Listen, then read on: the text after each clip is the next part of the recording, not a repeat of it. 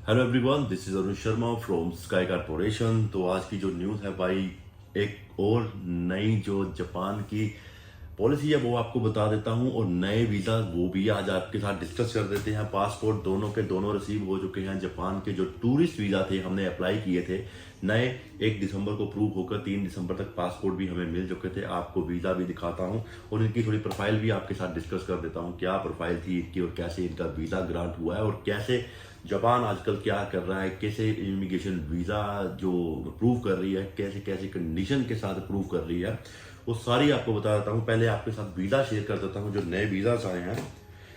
पहले तो बता दूं भाई इनका कि ट्रैवल हिस्ट्री भी आपको मैं बता दूंगा क्या थी। और जो नया वीज़ा इनका अप्रूव हो के आया है वो है ये 1 दिसंबर को इनका अप्रूव हुआ है। मैं आपको थोड़ा दिखा देता हूँ।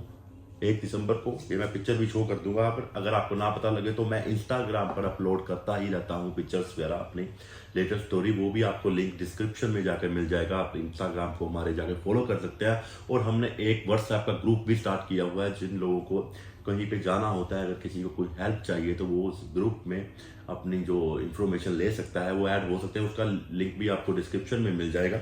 और एक ये जापान का टूरिस्ट वीज़ा अप्रूव हुआ और एक ये है, इनका भी हुआ, ये भी 1 दिसंबर को अप्रूव हुआ। दोनों की मैं बता देता हूँ क्या था सिस्टम भाई। इनका सबसे पहले तो पासपोर्ट इनके पास 2 थे, और ट्रैवल हिस्ट्री इनकी बता देता हूँ क्या था। एक ये थाईलैंड का ऑन अराइवल वीज़ा लिया हुआ था इन्होंने, और इसके साथ था अगेन थाईलैंड का ऑन अराइवल वीज़ा था, और स्टिकर था। 3 बार ये थाईलैंड जा चुके थे। इसके बाद एक चाइना का वीज़ा था इनके पास, ये चाइना की ट्रैवल हिस्ट्री थी इनका। और एक लाओस का वीज़ा लगा हुआ था। इन्होंने पहले ट्रैवल हिस्ट्री बनाई थी थोड़ी सी, लाओस का वीज़ा, और ट्रैवल नहीं किया था इन्होंने लाओस पे, और ट्रैवल नहीं किया हुआ था। इसके साथ जो न्यू पासपोर्ट इनका बनाया, इसकी मलेशिया होकर आए थे थोड़े दिन पहले ये, और इसके साथ ताइवान ताइवान भी ये ट्रैवल किए थे। फिर इसके बाद दोबारा इन्होंने जब अप्लाई किया तो इनका जापान का वीज़ा अप्रूव हो गया, और इनके साथ इनके पार्टनर थे जो दूसरा वीज़ा अप्रूव होकर आया है। इनके पार्टनर का वीज़ा भी अप्रूव हो गया।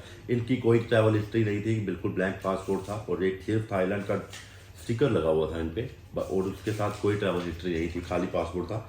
2 वीज़ा अप्रूव हो गए जापान के। और इनका ये भी बता दूं कि इनका वीज़ा जो काम था कोई नहीं था इतना, एमएसएमई था इनके पास अपना, और अपनी सेविंग अकाउंट की स्टेटमेंट थी, और करंट अकाउंट की भी स्टेटमेंट इनके पास थी।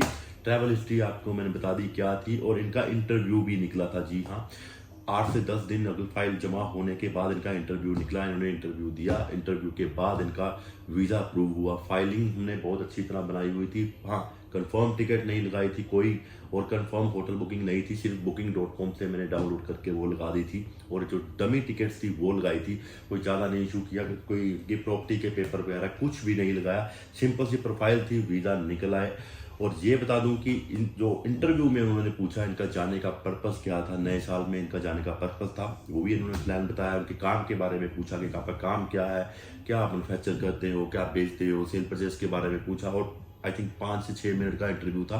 क्लियर करने के बाद दूसरे दिन ही पासपोर्ट डिस्पैच का इन्होंने वो मैसेज आ गया, और इसका पासपोर्ट डिस्पैच हो गया, और वीज़ा दोनों के दोनों ग्रांट हो गए। तो अगर आपकी भी कोई रिक्वायरमेंट है, जो कोई इंक्वायरी है, तो वो आप नीचे कमेंट बॉक्स में भी बता सकते हैं, और नहीं तो हमें फ़ोन कर सकते हैं, और हमारे ऑफिस में आके विजिट कर सकते हैं। अगर ये कुछ भी नहीं करना चाहते तो खुद भी अप्लाई कर सकते हैं। जापान का वीज़ा कोई इतना मुश्किल नहीं है। अप्लाई आपको बस थोड़े ध्यान से करना पड़ेगा, इसकी आइटनरी पर और कवरिंग लेटर पर थोड़ा अच्छी तरह ध्यान वर्क करना पड़ेगा आपको ये कुछ चीज़ें पूरी करने के बाद आप वीज़ा जापान का ले सकते हैं। और जापान का वीज़ा काफ़ी स्ट्रॉन्ग कंट्रीज में कंसीडर होता है, तो इसके बाद आप अच्छी प्रोफाइल होने के बाद आप कई बड़ी कंट्रीज में वीज़ा भी अप्लाई कर सकते हैं। तो ये कुछ इन्फॉर्मेशन थी जो आपके साथ शेयर करनी थी। मिलते हैं नेक्स्ट वीडियो में, तब तक के लिए थैंक यू सो मच।